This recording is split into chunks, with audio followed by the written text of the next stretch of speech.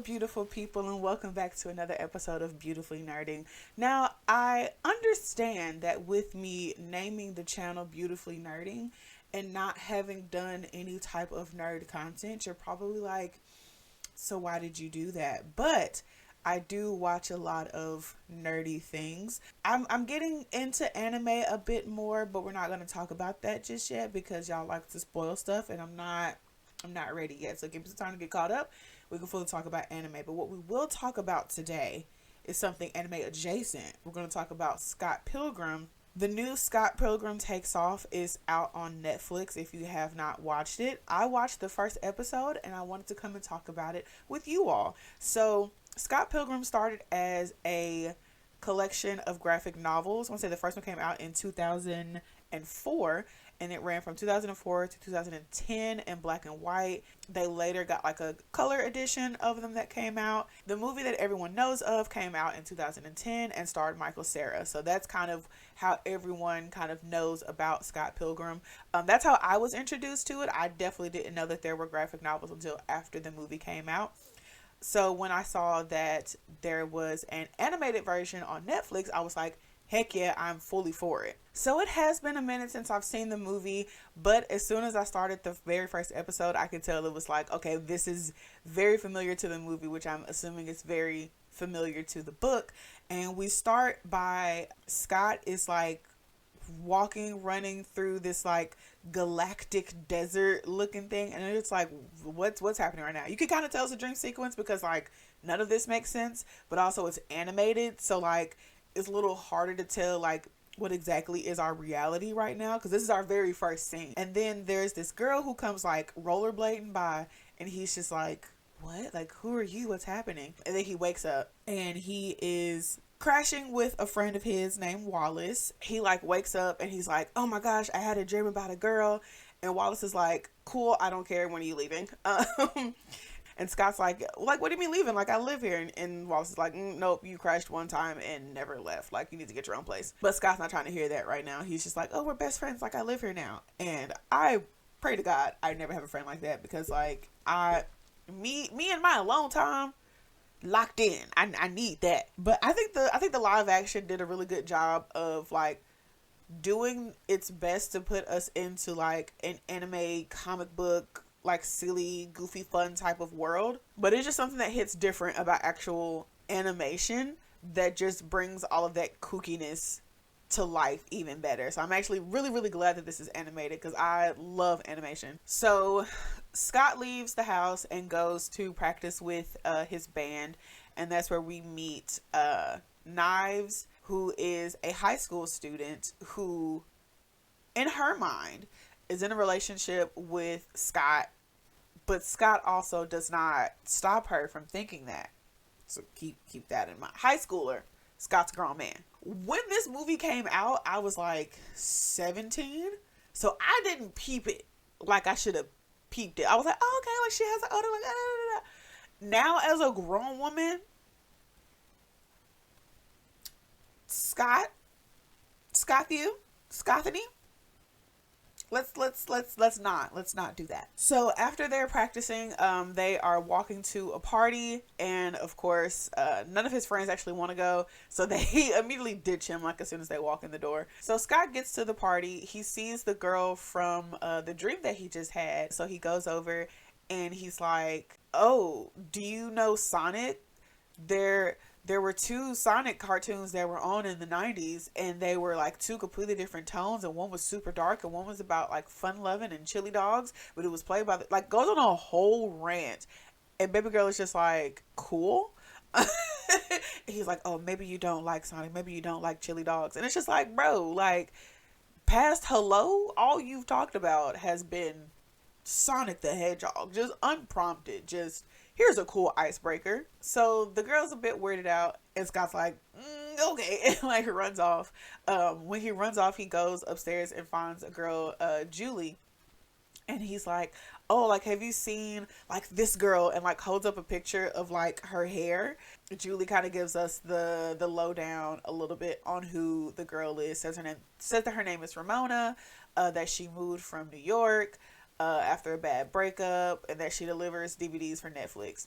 Pretty much Scott hears what he wants to hear, and so he devises a plan to go home and buy a DVD from Netflix and get it delivered by Ramona. Now my thing is, how in all of, because like they just live in Toronto, like how in all of Toronto did he know that she was going to be the one to deliver? Like, how did you know that y'all even lived in this? Like, I just felt like there were too many factors of like this wouldn't have worked out. But it's a cartoon. It's all make believe. So like it, you know, you gotta suspend your disbelief a little bit to make the movie do what it's gotta do. So after a few days, Ramona does indeed show up with the DVD. Scott's like, "You're the girl from my dreams," which I would have thought was so strange. But Ramona is like, "Oh yeah, there's a connected intergalactic highway. It's like 3 miles in 15 seconds or something like that." And I'm just like, huh? It was like, okay, sure. Scott asks her out and they go on a date. So like it kind of makes it seem like they leave like then to be like, yeah, like let's go on a date. And I'm just like, aren't you working? Are you, how are you able to just leave like that? But anyway, they go for a walk. They're just kind of like walking around, getting to know each other, having a little conversation. Neither one of them really want to talk about the past, mainly because like Scott is pretty much not doing anything with his life. He doesn't have a job. He doesn't really have any momentum in his life at the moment. And Ramona is trying to get away from her exes, and she doesn't really want to discuss it. So both of them are kind of just like past adverse, but they still are finding things to talk about. And you know, Scott does kind of like ask her some questions that are like technically about her past, but like, do you ice skate? Because like I see that you rollerblade, so I just kind of assumed. Or like, you know, what are some things you like to do as a kid? And Ramona's like, I see you got me talking about my past again. And it's just like, what else are you supposed to talk about? But like, I don't know, when she was saying like her past, I thought she meant like specifically like her exes. But like, I guess she didn't want to talk about anything before the day she moved to Toronto. So I was like, oh, okay, like what else are you going to talk about? So while they're walking, Ramona notices that Scott has a X on his jacket, and she's like, oh, what's that for?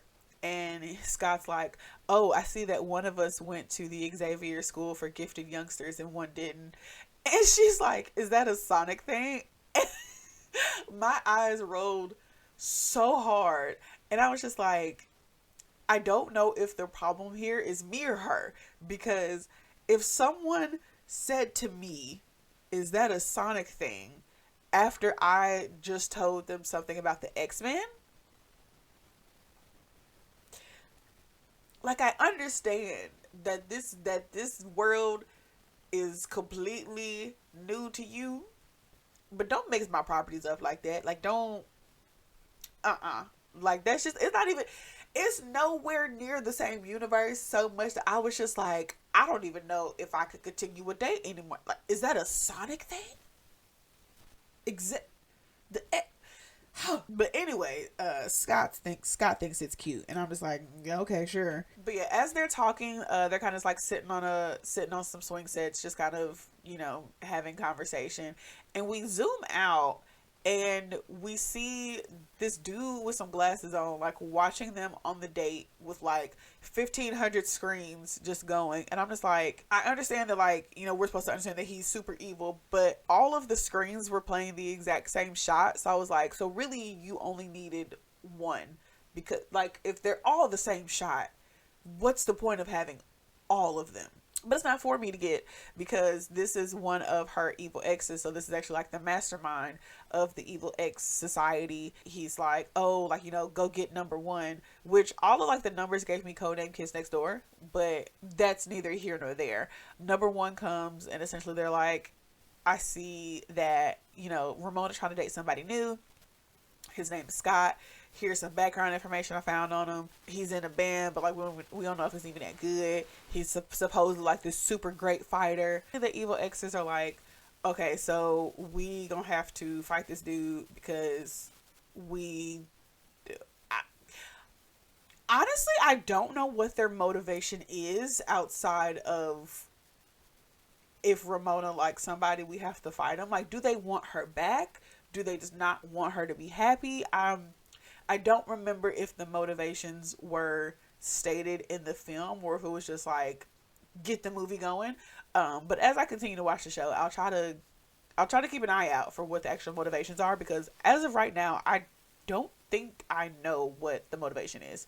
Number 7 sends number 1 to let Scott know that he wants to fight, and he delivers a letter to Scott's house, but Scott is not there to receive the letter because he's actually at Ramona's house. So like as they were walking, finishing their date, the wind started to pick up and it got like super, super cold. And Ramona's like, oh, there should be a door up ahead. And like literally in the middle of the street, there's just a door.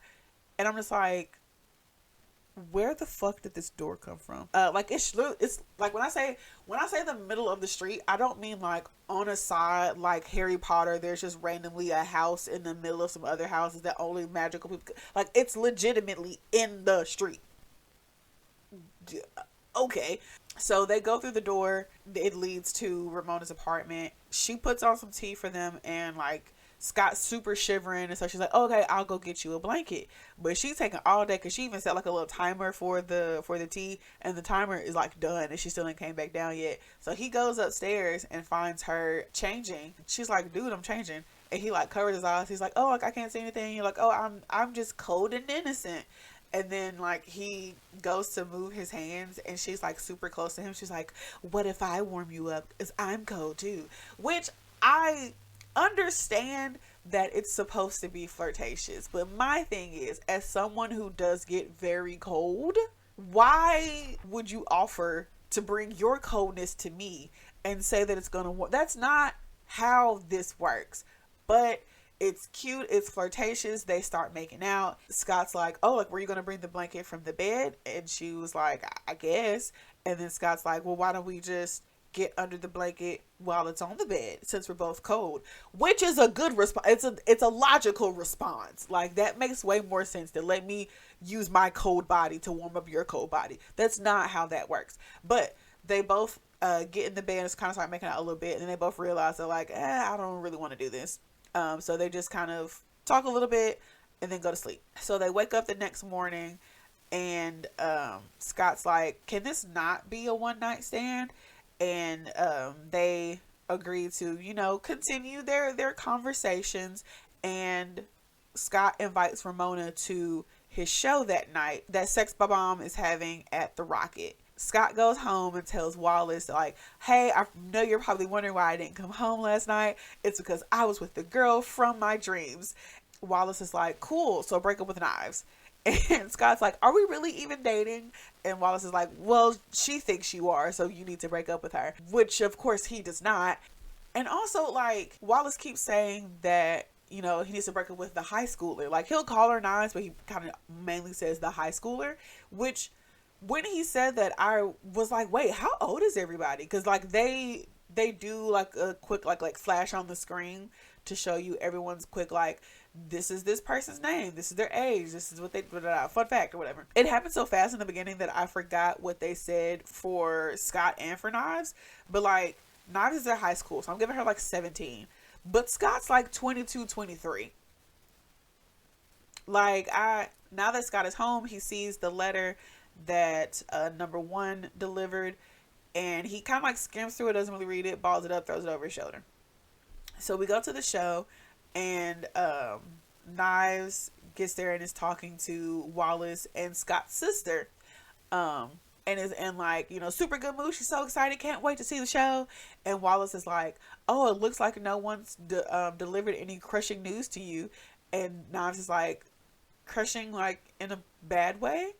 Like, what other way would crushing be, baby girl? But we don't have time to linger on this because Scott comes in, sees Knives, and is rightfully kind of feeling a type of way because he has not told her that they can no longer continue whatever that situation is.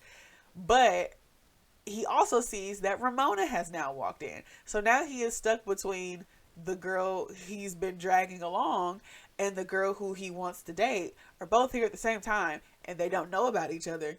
So Scott does the very mature thing of running away backstage.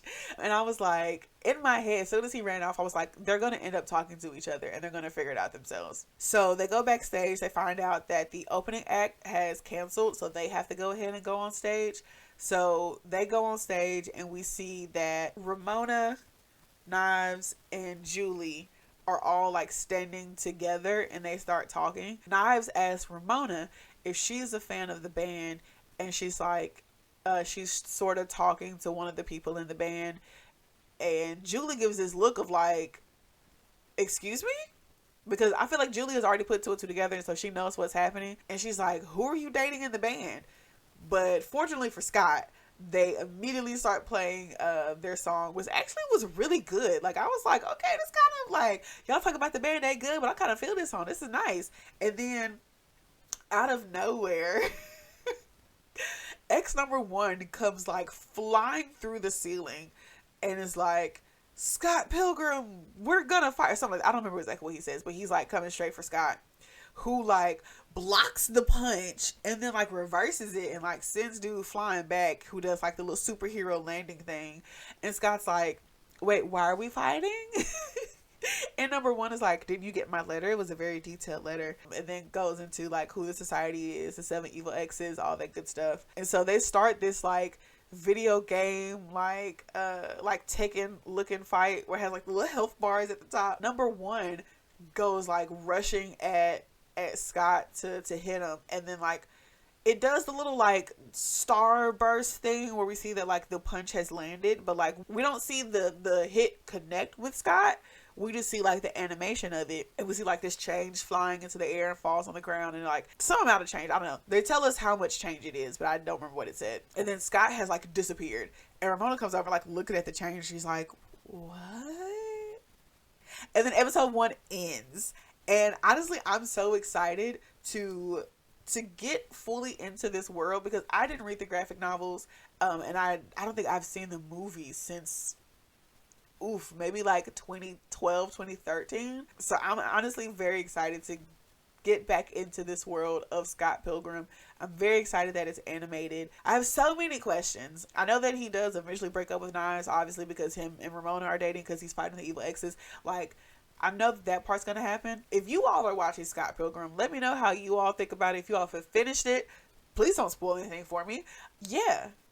Until next time, I will have another video coming out this week for whatever Black classic I decide to do. I know what I'm doing, but I don't want to tell y'all yet. I want y'all to be surprised when it drops. But yeah, if there are other comic book related sci-fi fantasy type things that you all would like to recommend for me to watch, I'm fully open. Like, I have subscriptions to a lot of things, so just let me know what I should be watching and I will give it a gander.